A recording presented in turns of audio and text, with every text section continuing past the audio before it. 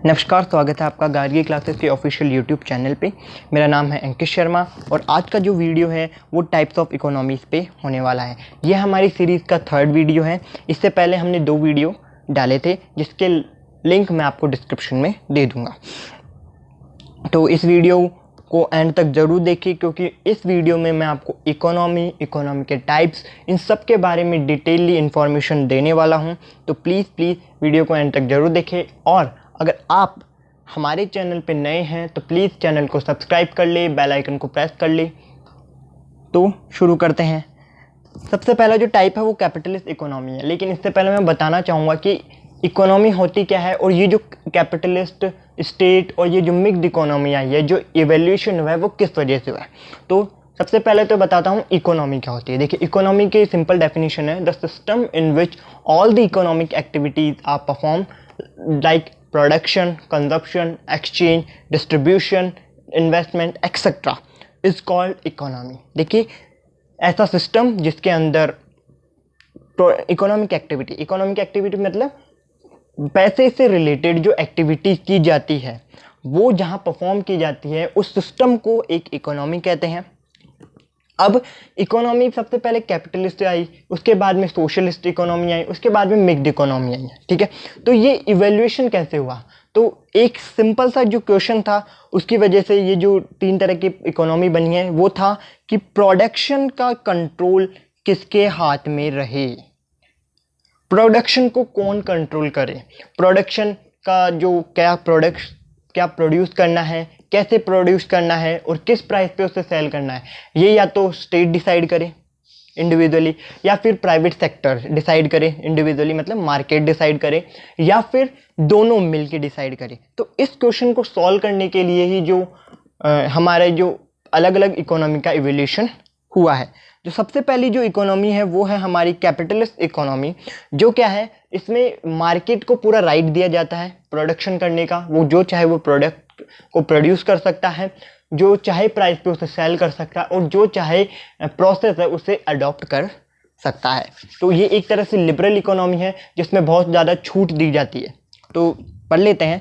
A capitalist economy is a liberal economy. This means only the free market will determine the supply, demand and prices of the product. There is no direct government intervention other than to control the monopolistic practice in the economy.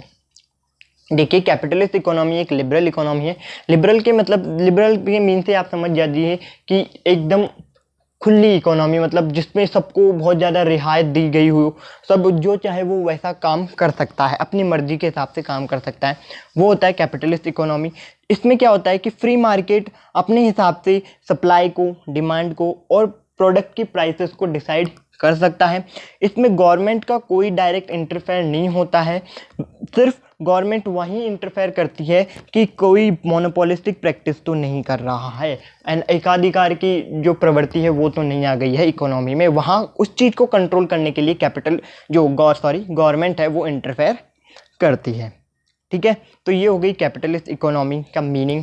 अब बात कर लेते हैं इसके features के बारे में। तो जो सबसे पहला फीचर है वो है राइट टू प्राइवेट प्रॉपर्टी।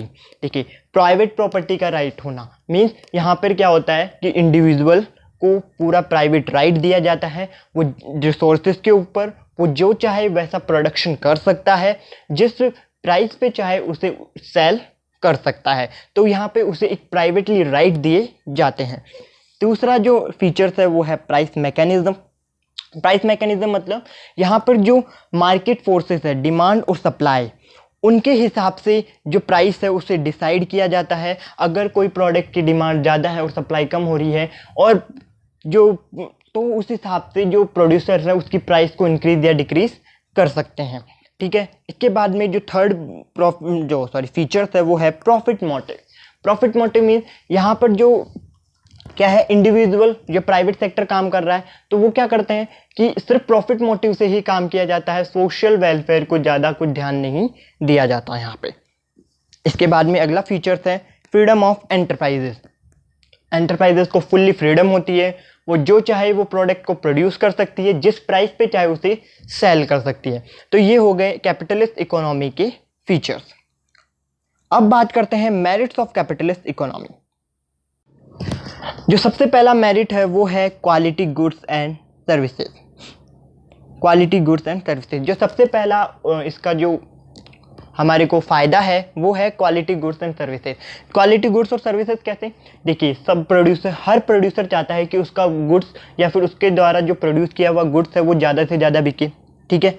और उस चीज़ के लिए वो जो बहुत सारे प्रोड्यूसर्स हैं उनके बीच में कंपटीशन होता है।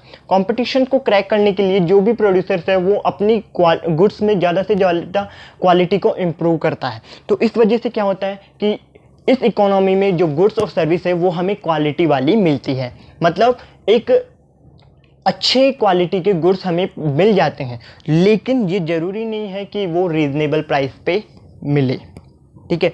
जरूरी नहीं है रीजनेबल प्राइस पे मिले। प्रोड्यूसर यहाँ पर प्रॉफिट मोटिव से, अर्निंग के मोटिव से काम करते हैं, तो वो हो सकता है कि उसमें वो ज़्यादा प्राइस पे सेल करते हैं। दूसरा बात करते हैं high growth rate of an economy. देखिए, प्रोडक्शन क्या है कि बहुत सारे प्रोड्यूसर्स हैं, उनका इंडिविजुअल राइट है और ज़्यादा से ज़्यादा सेल करना चाहते हैं। तो जब ज़्यादा से ज़्यादा सेल करेंगे तो ज़्यादा से ज़्यादा हमें प्रोडक्शन करना होगा। और हम ये सब जानते हैं कि जिस कंट्री में जितना ज़्यादा प्रोडक्शन होता है उसकी इकोनॉमिक ग्रोथ रेट उतनी ही ज़्यादा अच्छी होती है, क्योंकि उसकी जीडीपी जैसे इंक्रीज़ होती है और उसी से ही हमारी जो इकोनॉमिक ग्रोथ रेट है वो भी इंक्रीज़ होती है। इसके बाद में थर्ड पॉइंट है बेटर यूटिलाइजेशन ऑफ रिसोर्सेज का बेटर यूटिलाइजेशन होगा, क्योंकि जो प्रोड्यूसर्स हैं वो क्या करेंगे, क्वालिटी गुड्स और सर्विसेज प्रोवाइड कराना चाहेंगे।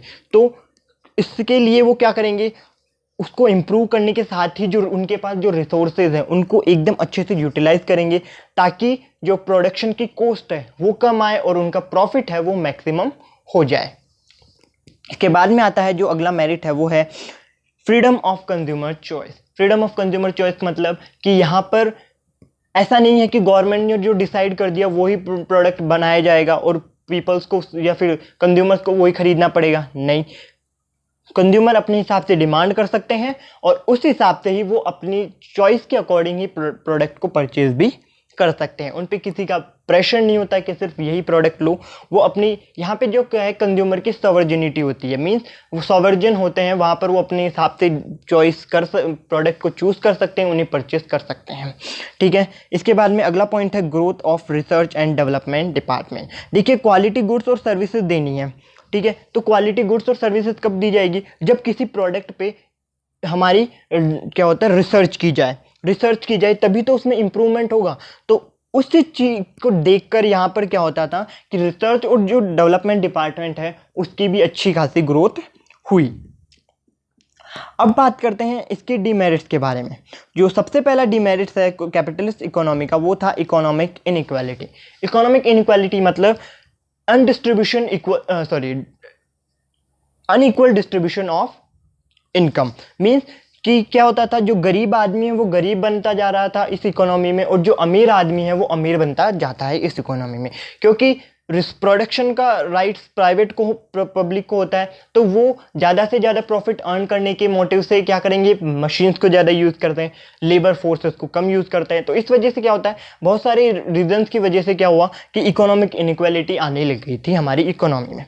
दूसरा जो डिमेरिट्स है वो है मिस अलोकेशन ऑफ रिसोर्सेज।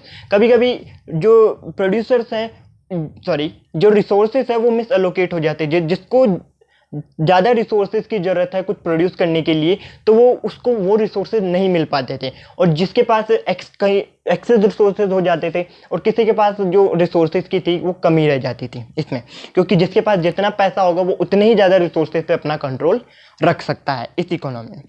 इसके बाद में तीसरा जो पॉइंट है वो है वेस्ट ऑफ वैल्यूएबल रिसोर्सेज। जो वैल्यूएबल रिसोर्सेज है उनका भी वेस्ट इस इकोनॉमी में होता था।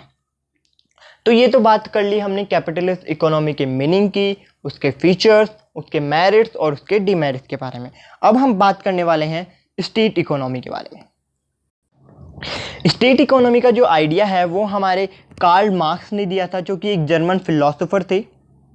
कार्ल मार्क्स ने ये जो आइडिया है वो दिया था स्टेट इकोनॉमी का, और उन्होंने इसमें दो वर्जन बताए थे, सोशलिस्टिक इकोनॉमी और कम्युनिस्ट इकोनॉमी। लेकिन इसी के साथ उन्होंने ये भी कहा था कि जो सोशलिस्ट इकोनॉमी है वो ट्रांजिशनल स्टेज है कम्युनिज्म का, मतलब कम्युनिज्म से ही सोशलिज्म बना है। ये चीज़ उन्होंने यहाँ पे क्लियर भी की थी, ठीक है। तो जो सोशलिस्ट इकोनॉमी है और जो कम्युनिस्ट इकोनॉमी है उसमें जो मेन डिफरेंस है वो ये है कि the main difference is that under communism most property and economic resources are owned and controlled by the state rather than the individual citizen. देखो कम्युनिज्म में क्या होता है, कम्युनिज्म में ये है कि जो भी प्रॉपर्टी या फिर इकोनॉमिक रिसोर्सेज है उसके ऊपर स्टेट का राइट होगा, गवर्नमेंट का राइट होगा, ना कि एक इंडिविजुअल का, ठीक है। और सोशलिज्म में क्या है, सोशलिज्म क्या कहते हैं, जो जितने भी सिटीजन्स हैं वो जितने भी इकोनॉमिक रिसोर्सेज हैं उनका इक्वली यूटिलाइजेशन कर सकते हैं, राइट। ये दोनों जो डिफरेंस है वो है सोशलिज्म और कम्युनिज्म में। सोशलिज्म का कम्युनिज्म का जो एग्जाम्पल है वो हमारा चाइना है, चाइना में कम्युनिस्ट का पार्टी चलती है, और सोशलिज्म में यूएसएसआर जो है वो सोशलिज्म का एक एग्जाम्पल है, ठीक है। आई होप आपको सोशलिज्म और कम्युनिस्ट के बीच का डिफरेंस पता चल गया होगा कि क्या कम्युनिज्म में तो जो भी रिसोर्सेज है उसके ऊपर गवर्नमेंट का अधिकार होगा, कोई भी इंडिविजुअल ये नहीं कह सकता कि ये प्रॉपर्टी मेरी है, ठीक है। लेकिन सोशलिज्म क्या, सोशलिज्म जो भी इकोनॉमिकल रिसोर्सेज हैं उसके ऊपर जो जितने भी सिटीजन हैं इकोनॉमी के वो सारे इक्वली उसको यूटिलाइज करते हैं, ठीक है। अब हम बात कर लेते हैं कि स्टेट इकोनॉमी होती क्या है। देखिए स्टेट इकोनॉमी जो है वो कैपिटलिस्ट इकोनॉमी का एकदम उल्टा फॉर्म है, मतलब एकदम इसके अगेंस्ट में जो होता है खड़ा उसके हिसाब से, मतलब ये अगर कैपिटलिस्ट इकोनॉमी ब्लैक है तो सोशलिस्ट इकोनॉमी वाइट है, इस तरह से, ठीक है। तो basically in the state economy or rather be called it as socialist or communist economy the decision related to production, supply and prices were all suggested to be taken solely by the state. जो state economy है उसमें production के supply, उसकी prices, उसके process के ऊपर जितने भी डिसीजन हैं वो सारे के सारे स्टेट लेता है, ओके। स्टेट का उसके ऊपर राइट होता है, स्टेट ही डिसाइड करता है कि क्या प्रोडक्ट बनाना है, उसके लिए कौन सा प्रोसेस हमें अडॉप्ट करना है। तो ये है होता है सोशलिस्ट इकोनॉमी में, और इसको दूसरे अलग नामों से भी जाना जाता है, जैसे कि centralise economy, centrally planned economy और नॉन मार्केट इकोनॉमी, ठीक है। सोशलिस्ट इकोनॉमी को स्टेट इकोनॉमी को centralise economy, centrally planned economy और नॉन मार्केट इकोनॉमी के नाम से भी जाना जाता है। अब देखिए यहाँ पे मैंने एक नोट करके एक बात लिखी है, वो क्या है, the socialist and communist economy is used to criticise capitalistic economy of being based on the exploitation. In response, the capitalist economy called them the practitioner of the state capitalism, where the state was the sole proprietor, exploiter. देखिए जो communist economy है वो capitalist economy की टांग खींचती है। जिन भी countries ने कैपिटलिस्ट सोशलिस्ट इकोनॉमी को अडॉप्ट कर रखा है वो क्या करते हैं, कम्युनिस्ट इकोनॉमी के अगेंस्ट में, कैपिटलिस्ट इकोनॉमी के अगेंस्ट में बोलते हैं। और जो कैपिटलिस्ट इकोनॉमी है, जिन कंट्रीज ने कैपिटलिस्ट इकोनॉमी के फॉर्म को अडॉप्ट कर रखा है वो कम्युनिस्ट या फिर सोशलिस्ट इकोनॉमी के अगेंस्ट में बोलते हैं। तो इनडायरेक्टली ये दोनों एक दूसरे की टांग खींचते रहते हैं। तो इस वजह से 1980 तक इस पे जो प्रोपोगेंडा था कम्युनिस्ट और सोशलिस्ट के ऊपर, बहुत सारी डिबेट होते थे, बहुत सारे आर्ग्यूमेंट और डिसआर्ग्यूमेंट भी होते थे। इसके बाद में अब बात कर लेते हैं हमारी स्टेट इकोनॉमी के फीचर्स के बारे में। देखिए सबसे पहला जो फीचर्स है वो है equal distribution of income. Income का यहाँ पर क्या होता है, इक्वली डिस्ट्रीब्यूशन होता है, क्योंकि गवर्नमेंट वेलफेयर के मोटिव से यहाँ पे काम करती है, तो वो चाहती है कि हर एक सिटीजन का डेवलपमेंट हो। तो इसलिए वो क्या करती है, हर एक को एम्प्लॉयमेंट देने की कोशिश करती है, हर एक का लिविंग स्टैंडर्ड अपलिफ्ट करने की कोशिश करती है। इसके बाद में जो दूसरा फीचर है वो है absence of market forces. Market forces क्या, मार्केट फोर्स मतलब डिमांड एंड सप्लाई। इसमें डिमांड और सप्लाई को ज़्यादा ध्यान नहीं दिया जाता था, क्योंकि गवर्नमेंट जो प्रोडक्ट डिसाइड करती थी सिर्फ वही प्रोड्यूस करते थे, और उन्हीं प्रोडक्ट को जो पीपल्स हैं उन्हें परचेज करना होता था। तो यहाँ पे डिमांड और सप्लाई का ज़्यादा कुछ काम नहीं था।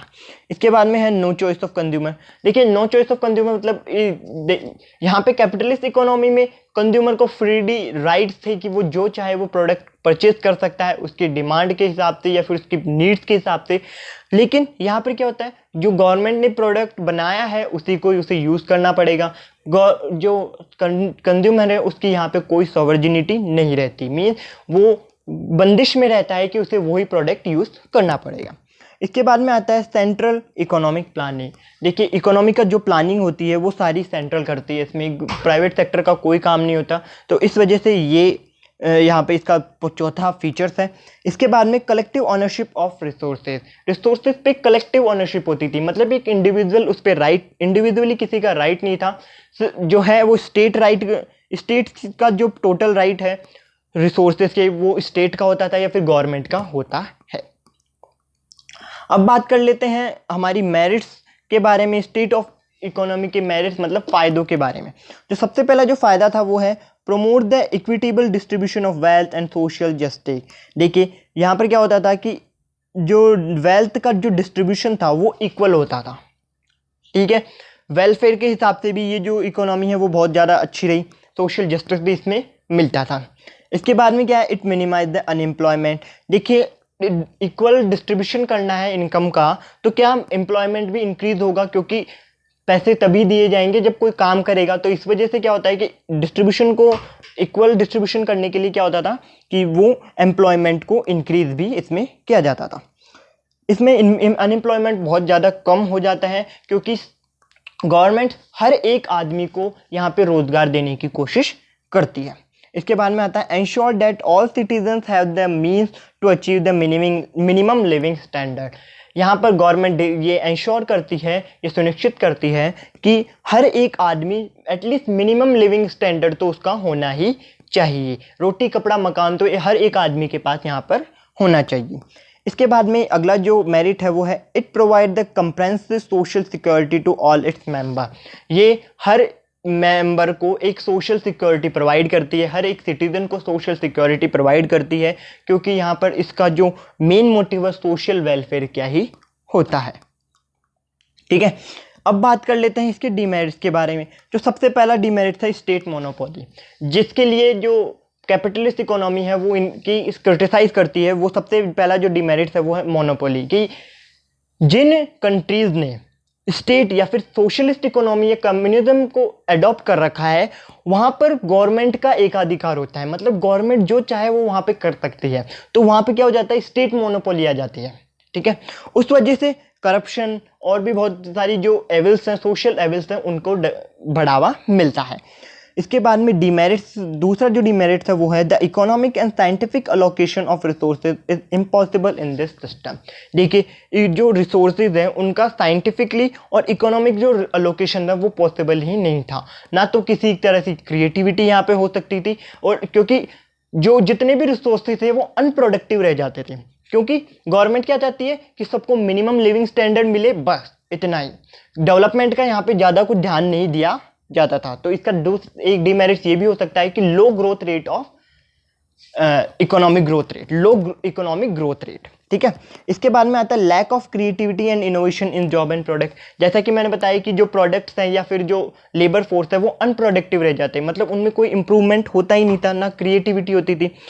क्योंकि सोशल वेलफेयर करना है तो सिर्फ जो बेसिक नेसेसिटीज के गुड्स हैं वो ही यहाँ पे प्रोवाइड कराने की कोशिश की जाती थी। दूसरा है no freedom of rights. Freedom rights, consumer को फ्रीडम राइट्स नहीं थे कि वो जो चाहे वो प्रोडक्ट यूज़ कर सकता है, ऐसा कुछ भी नहीं था। जो गवर्नमेंट बना रही है वही प्रोडक्ट यहाँ पे यूज़ किए जाएंगे। और तीसरी बात है लास्ट जो डीमेरिट है वो है करप्शन, क्योंकि यहाँ पर स्टेट मोनोपोली चलती है, तो मोनोपोली जहाँ पर होती है वहाँ पे करप्शन होना तय है।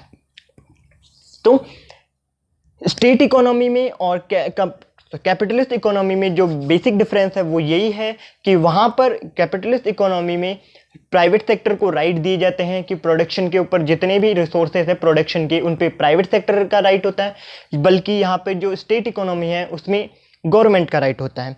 वहाँ पर क्या होता था कि प्रॉफिट मोटिव से काम किया जाता है, कैपिटलिस्ट इकोनॉमी में प्रॉफिट मोटिव से काम किया जाता है, जबकि स्टेट इकोनॉमी में हमारे यहाँ पे सोशल वेलफेयर की मोटिव से काम किया जाता था।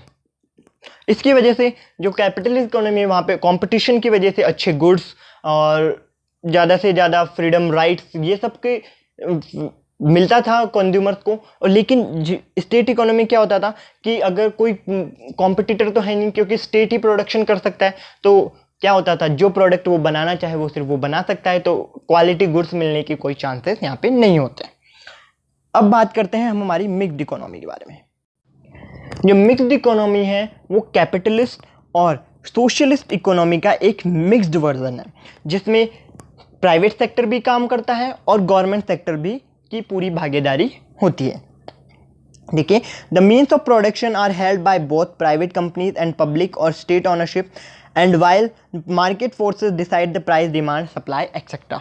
देखिए क्या कि प्रोडक्शन के ऊपर जो रिसोर्सेज है, प्रोडक्शन के जो रिसोर्सेज है उसके ऊपर प्राइवेट कंपनीज का और पब्लिक का मतलब स्टेट का, दोनों का जो ऑनरशिप रहती है। और मार्केट फोर्स डिमांड सप्लाई है उसके हिसाब से जो प्राइसेस हैं वो डिसाइड की जाती है। मतलब इस इकोनॉमी में भी जो मार्केट फोर्सेस हैं वो एक्टिव रहते हैं, मतलब डिमांड सप्लाई इनको यहाँ पे भी इस इकोनॉमी में भी ये जो चीज़ें हैं वो एक्टिव रहती है। जो मिक्स्ड इकोनॉमी का आइडिया है वो हमारे जॉन मैनार्ड किन्स ने दिया था।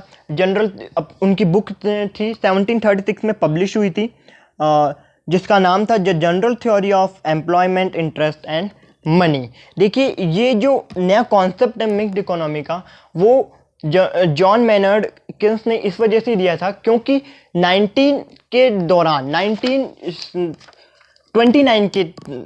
के तरफ टाइम पे जो एक ग्रेट इकोनॉमिक डिप्रेशन आया था, जिसकी वजह से यूएसए और जो वेस्टर्न यूरोप कंट्रीज़ है उनके अंदर बहुत ज़्यादा इफेक्ट हुआ था और बहुत सारी कंपनीज लॉस में चली गई थी, लॉकआउट्स हो गए थे, अनएम्प्लॉयमेंट भी बहुत ज़्यादा फैला था। तो उस टाइम पे जितने भी पुराने जो क्लासिकल इकोनॉमिक थॉट्स थे वो यहाँ पर आके सब फेल हो गए थे। अब हमें कुछ नए कॉन्सेप्ट्स की ज़रूरत थी, तो किन्स ने general theory of employment and interest and money के अंदर नया कॉन्सेप्ट भी दिया इकोनॉमी का, और एक मिक्स्ड इकोनॉमी का एक नया कॉन्सेप्ट भी वहाँ से निकल कर बाहर आया। देखिए, अब मिक्स्ड इकोनॉमी के फीचर्स के बारे में बात करते हैं। तो सबसे पहला तो है को एग्जिस्टेंस ऑफ ऑल सेक्टर। सारे सेक्टर्स का एग्जिस्टेंस इस इकोनॉमी में होता है, प्राइवेट सेक्टर का भी होता है प्लस पब्लिक सेक्टर का भी इस इकोनॉमी में एग्जिस्टेंस रहता है। दोनों का प्रोडक्शन प्रोसेस जो रिसोर्सेज है उन पे भी इक्वली राइट होता है और कंट्रोल भी रहता है। इसके बाद में कोऑपरेटिव सेक्टर, यहाँ पे एक कोऑपरेटिव सेक्टर भी सामने आया जिसके अंदर गवर्नमेंट प्लस प्राइवेट दोनों एक साथ काम करते हैं, जिसमें गवर्नमेंट का तो 51% शेयर्स होता है और प्राइवेट का 49% शेयर्स होता है। ठीक है, इसके बाद में आता है freedom and control. Private sector को फ्रीडम होती है कि वो जो चाहे जैसा प्रोडक्ट वो बनाना चाहते हैं वो बना सकते हैं। साथ ही में गवर्नमेंट का उस पर कंट्रोल भी रहता है क्योंकि गवर्नमेंट उनको जो नेसेसरी गुड्स हैं वो भी प्रोवाइड कराना चाहती है। ठीक है, और उसके मोनोपोली प्रैक्टिस होने से भी रोकती है। इसके बाद में इकोनॉमिक प्लानिंग, जो कि इसमें गवर्नमेंट का भी एग्जिस्टेंस है तो इकोनॉमिक प्लानिंग भी ऑब्वियसली होगी। गवर्नमेंट डिसाइड करती है कि क्या प्रोडक्ट्स बनाने हैं, नेसेसरी जो प्रोडक्ट्स हैं वो गवर्नमेंट प्रोवाइड कराने की कोशिश करती है। इसके बाद में बात करते हैं सोशल वेलफेयर। इसमें प्रॉफिट मोटिव के साथ साथ सोशल वेलफेयर को भी ध्यान में रखा जाता है कि लोग अपनी प्रॉफिट तो अर्न करें लेकिन उसकी वजह से किसी भूखे को, किसी गरीब को चोट ना पहुंचे या फिर उसका नुकसान ना हो, तो इसका भी यहाँ पे ध्यान रखा जाता है। इसके बाद में मेरिट्स की बात कर लेते हैं। जो सबसे पहला मेरिट्स है वो है freedom of consumer choice. Consumer की चॉइस पे फ्रीडम होता है, वो अपने हिसाब से गुड्स को परचेज कर सकता है, उन्हें सेल कर सकता है। ठीक है, इसके बाद में capital formation and innovation. Innovation तो होता ही है क्योंकि यहाँ पे प्राइवेट सेक्टर का एग्जिस्टेंस है तो उनके बीच में कंपटीशन की वजह से इनोवेशन होता ही रहता है और क्वालिटी गुड्स एंड सर्विसेज भी हमें मिलती रहती है। कैपिटल फॉर्मेशन का मतलब होता है कि पैसे से पैसा बनाना। ठीक है, जो स्टॉक मार्केट है इन सब का भी इस टाइम पे बहुत ज़्यादा जो अपग्रेडेशन हुआ था। इसके बाद में बेटर यूटिलाइजेशन ऑफ रिसोर्सेज जो भी थे उनका बेटरली यूटिलाइज किया जाता था, उनको ज़्यादा से ज़्यादा काम में लिया जाता है। High growth rate of economy, production जब ज़्यादा हो रहा है तो एक इकोनॉमी की जो जीडीपी है वो भी इंक्रीज होती है और जीडीपी इंक्रीज होने पे हमें पता है कि जो हमारी ग्रोथ रेट है, इकोनॉमिक जो ग्रोथ रेट है वो भी इंक्रीज होती है। इसके बाद में हेल्दी कंपटीशन, इसमें यहाँ पे हेल्दी कंपटीशन होता था, अनहेल्दी कंपटीशन का नाम नहीं था। मतलब कोई एक ही डोमिनेट करे ऐसा कुछ नहीं था, सबको इक्वल राइट्स थे, रिसोर्सेज पे सबका इक्वल राइट है, तो वहाँ पर और मोनोपोली होने के चांसेस कम रहते हैं, तो इस वजह से यहाँ पे हेल्दी कंपटीशन रहता है। तो आप, आई होप आपको वीडियो पसंद आई हो और आपकी जो कॉन्सेप्ट्स हैं सोशलिस्ट, कैपिटलिस्ट और मिक्स्ड इकोनॉमी से रिलेटेड वो क्लियर हो गए होंगे। और अगर फिर भी कोई डाउट रहता है तो प्लीज़ हमें कमेंट सेक्शन में ज़रूर बताएं। Thank you so much for watching our videos.